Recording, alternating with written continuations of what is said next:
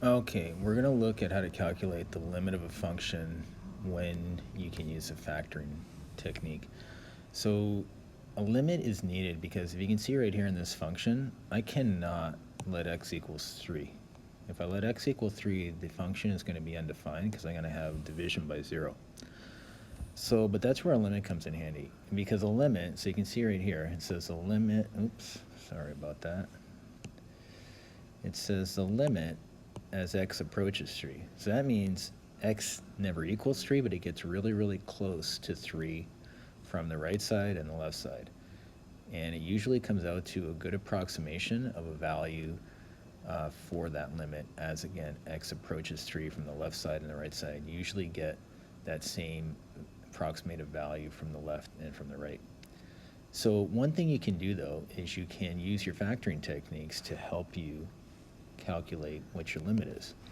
So again, when I look here, this is causing the trouble, x minus 3, because that's the one, like if I substitute x is 3 in there, I'm going to get division by 0.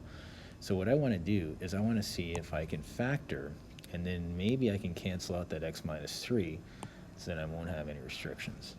So looking up there at the top, I'm seeing I can factor the top part of that. So I can factor the numerator to be x plus 1 bracket x minus 3 all over x minus 3.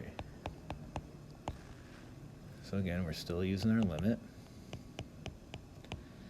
Now, this is what I'm talking about, because now when I'm looking at this, remember I said this was the one that was causing the trouble, and you always want to see if you can cancel out what's causing the trouble.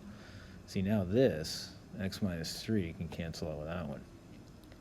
So now, my limit as x approaches 3, I'm going to have no problem substituting 3 in for x, because I'm not going to have division by 0, and I can see here that that's going to equal 4.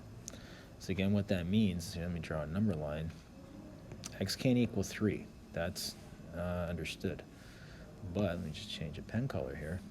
As we get close to 3, really, really close to 3, from the left and from the right,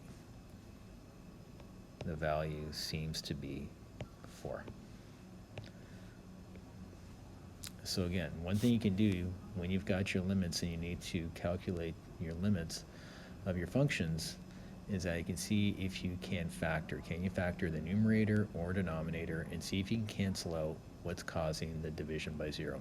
We'll see you in the next video.